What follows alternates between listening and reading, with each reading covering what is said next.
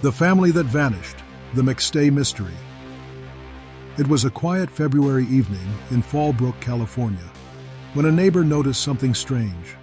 The McStay family's 2 dogs were barking non-stop in the backyard.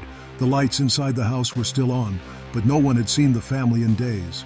Their 2 little boys, 4-year-old Gianni and 3-year-old Joseph Jr., loved to play outside, but now their toys sat untouched. When the police arrived, they found the door locked, but saw no signs of trouble. Inside, it looked as if the McStays had just stepped away for a moment. The dinner table was set. Bowls of popcorn were out. An egg sat in a bowl on the counter, half-cooked, as if someone had been in the middle of making dinner. Nothing was broken. Nothing was missing. Their 2 cars were parked outside. One of them still had car seats for the boys, but the family, Joseph, Summer, and their 2 children, were gone. Detectives looked around, calling their names. The air felt heavy, almost frozen in time.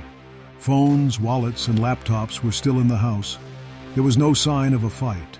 It was as if the McStays had simply vanished into thin air. Days turned into weeks. Police checked hospitals, airports, and border crossings. Then came a strange clue. A video surfaced, showing a family of 4 walking across the U.S.-Mexico border in San Isidro. The video was blurry, but the family's size and shape looked just like the McStays. Had they run away? Were they hiding from someone? Friends said the family had no reason to leave. Joseph ran a successful business building water fountains, and Summer loved being a stay-at-home mom. Their life seemed happy, but nothing added up. Why would they leave their dogs? Why would they leave food half-eaten? And if they planned to move to Mexico, why didn't they tell anyone, not even their parents? The case soon became national news.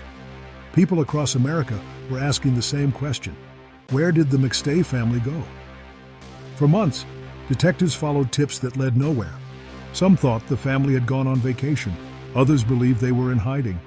Theories spread online, from secret debts to cult involvement, but there was no real evidence. The case grew colder by the day. Then, almost 4 years later, in November 2013, a man riding his dirt bike in the Mojave Desert came across something half buried in the sand. At first, he thought it was animal bones, but when police arrived, they realized it was something far darker. 2 shallow graves, the skeletons of 4 people, and inside one grave, a small child's toy. The desert winds blew quietly that day, carrying a secret that had been buried for years. Detectives knew this discovery would finally answer the question everyone had been asking, but what they found next would shock the nation even more. The Mojave Desert, hot, dry, and endless. On that November day in 2013, the silence broke when a dirt biker stopped near a shallow hole in Victorville, California. At first, he thought he'd found animal bones, but when he looked closer, his stomach turned. They looked human. Detectives rushed to the scene. They marked off the area with yellow tape and began digging carefully. What they found confirmed everyone's worst fear: 2 shallow graves. Inside were the remains of 4 people, 2 adults and 2 children. One of the detectives whispered, "This could be them." For almost 4 years, the McStay family had been missing. Now, it seemed their story was ending in the middle of nowhere. The next step was confirmation. At the coroner's office, dental records and DNA tests were done. Days later, the results came in. It was Joseph, Summer, Gianni, and Joseph Jr. McStay. The news hit America like a shockwave. 4 years of hope gone in a moment. The family that everyone thought had run away had been murdered and buried in the desert. Joseph's mother, Susan, cried on TV saying, "We just wanted to bring them home. Now we know where they are." Police now had a new question. Who did this and why? Detective Troy Dougal, who had worked on the case since the beginning, felt both relief and anger. For years the case had gone cold, and now they finally had answers, but not the ones anyone wanted. The crime scene was carefully studied. Detectives found signs that the victims had been hit in the head with a blunt object. Buried near the bodies, they found pieces of a 3-pound sledgehammer, possibly the murder weapon. But there were no fingerprints, no tire tracks, no clothing tags, just bones, dust, and a mystery that seemed impossible to solve. Still, the detectives had one thing: Joseph's business records. Before his disappearance, Joseph had owned a company called Earth-Inspired Products, making decorative water fountains. He worked closely with one man, Charles Chase Merritt, a welder and metal designer. They were friends and business partners. Merritt had helped build the fountains and was one of the last people to see Joseph alive. When detectives first interviewed him back in 2010, Merritt said Joseph called him to discuss work and that nothing seemed unusual. But now, with new evidence and technology, detectives started looking deeper. They found bank records showing that after the McStays vanished, someone had been writing checks from Joseph's business account, checks made out to Charles Merritt. The signatures were fake. Between February 4th and February 8th, 2010, the same day as the family disappeared, Merritt had written several checks totaling over $21,000, then quickly cashed them. Detectives also learned Merritt had a criminal record: theft, burglary, and forgery, and he owed thousands of dollars in gambling debt. The more they looked, the darker it got. Phone records place Ed Merritt near the McStay home the night they disappeared. His cell phone pinged near Fallbrook, and later near the desert graves. Investigators began building their timeline. They believed Joseph met Merritt at a Chick-fil-A restaurant on February 4th, 2010. After that meeting, Joseph stopped answering calls. Later that night, Merritt's phone stopped transmitting signals for 2 hours, the same window police believed the murders occurred. When his phone came back online, it pinged near the McStay home, and then the next day, near Victorville, where the graves were eventually found. It was becoming clear: Merritt wasn't just a business partner. He was now the prime suspect. Still, detectives moved carefully. They needed more than phone data and bank records. They needed proof that could stand in court. They searched Merritt's truck, his home, and his workshop. In his vehicle, they found traces of metal shavings and soil, similar to the desert ground where the McStays were buried. Investigators believed the family had been killed inside their own home, but because there were no signs of struggle or blood at the scene, they thought the bodies might have been moved later. Detectives also found that Merritt had been lying about his whereabouts. In interviews, he changed his story several times. First, he said he hadn't seen Joseph that day. Then, he said he met him briefly. Later, he said Joseph called him that night. Every version of his story shifted slightly, but never fit the timeline. Finally, in November 2014, almost a year after the family's bodies were found, detectives gathered enough evidence.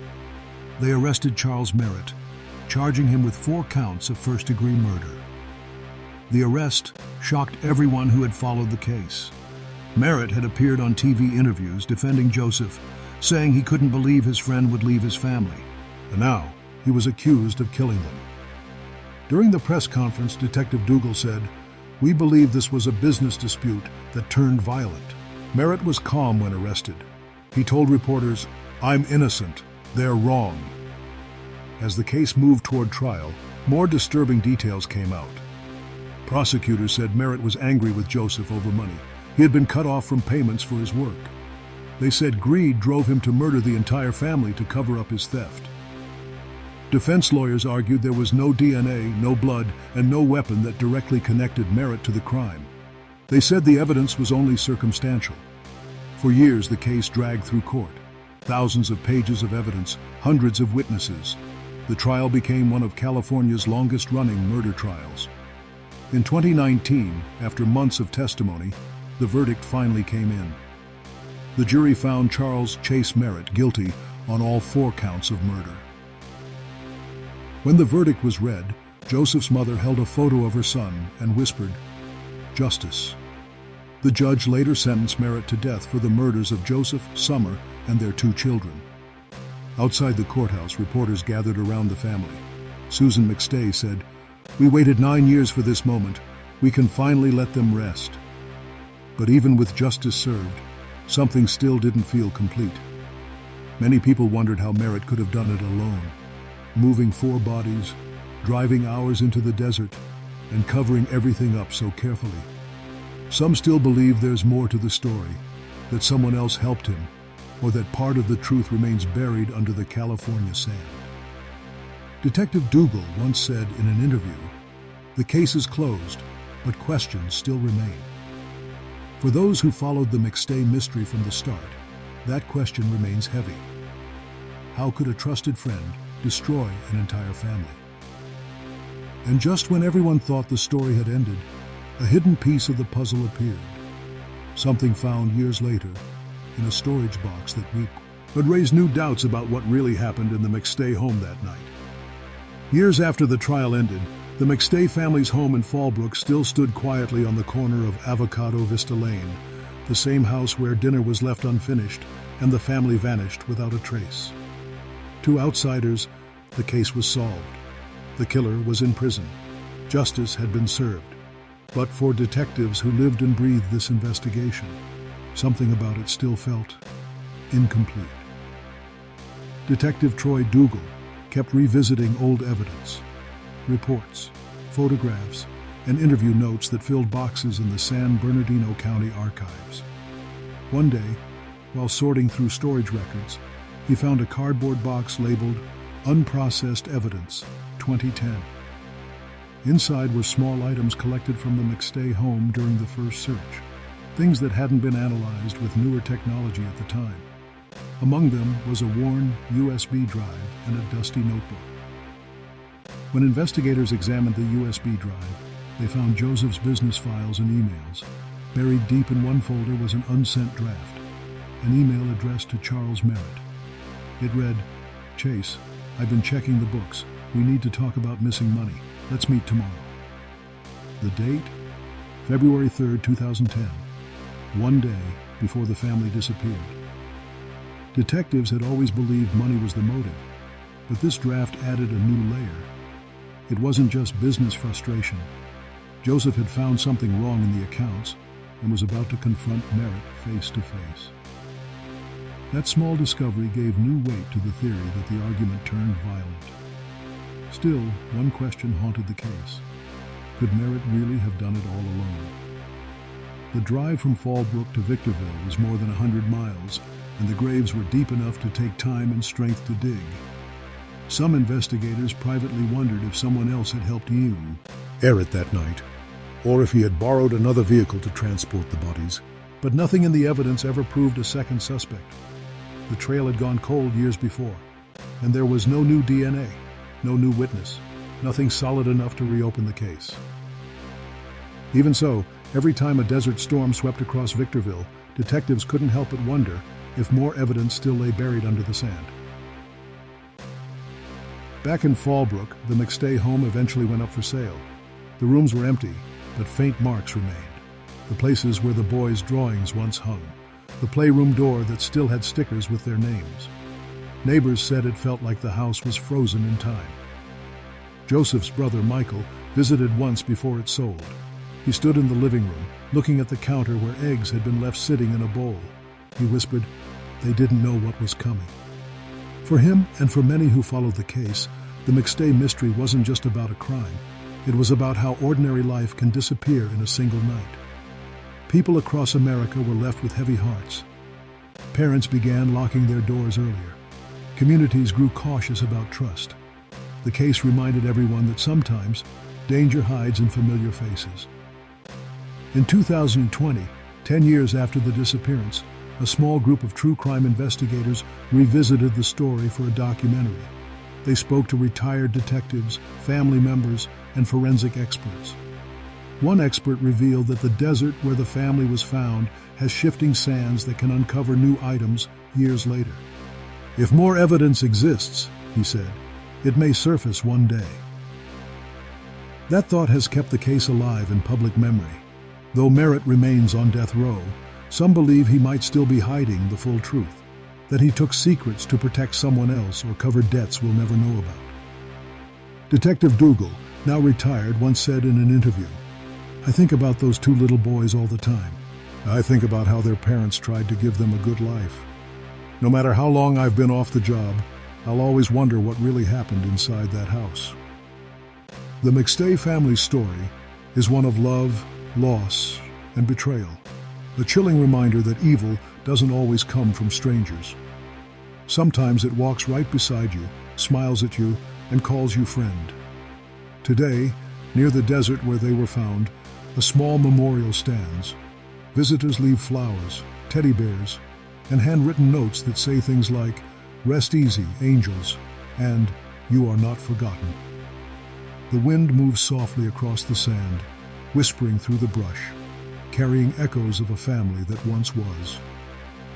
The mystery may be closed in the courtroom, but in the hearts of many, the question remains, what really happened to the McStays that night? And maybe, somewhere in the quiet corners of California, the desert still holds an answer waiting to be found. The McStay family's story will never be forgotten. Their memory reminds us to cherish every moment and trust carefully. To explore more real American crime stories like this one, stay tuned for our next documentary.